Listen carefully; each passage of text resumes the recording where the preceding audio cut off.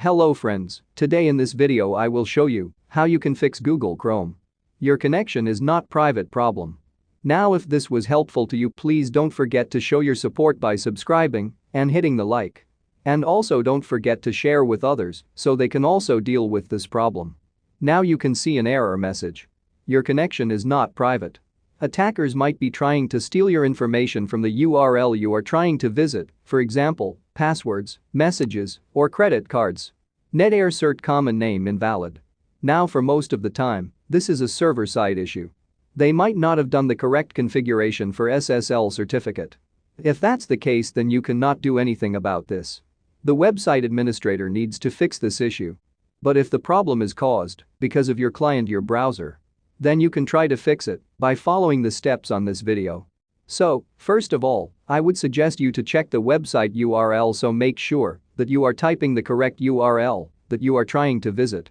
Make sure there is no typing mistake on the URL, and after you make sure that the URL is correct.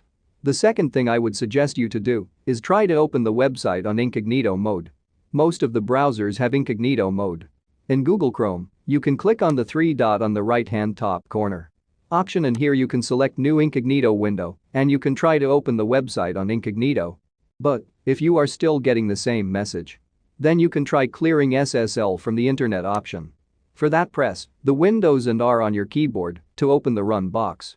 On the run box here type inetcpl.cpl and click OK. And here click on the Content tab and you can see Clear SSL State. So click on that and clear the SSL cache. After that, try to refresh the website, and if that's not working, restart your browser and try to open the website one more time. If nothing is working, then you can click on the Advanced tab and you can proceed with the website. So if you click on Proceed, you can open the website.